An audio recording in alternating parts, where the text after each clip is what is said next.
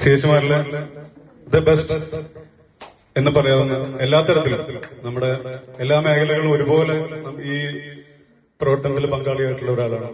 അദ്ദേഹത്തിന് ഈ സമ്മാനം കൊടുക്കുന്നതിൽ വ്യക്തിപരമായിട്ട് എനിക്ക് വളരെ സന്തോഷമുണ്ട്.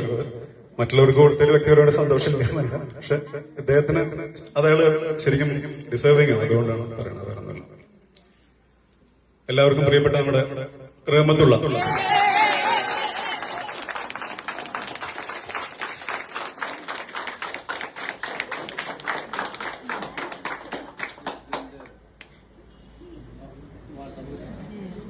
Dapat ka?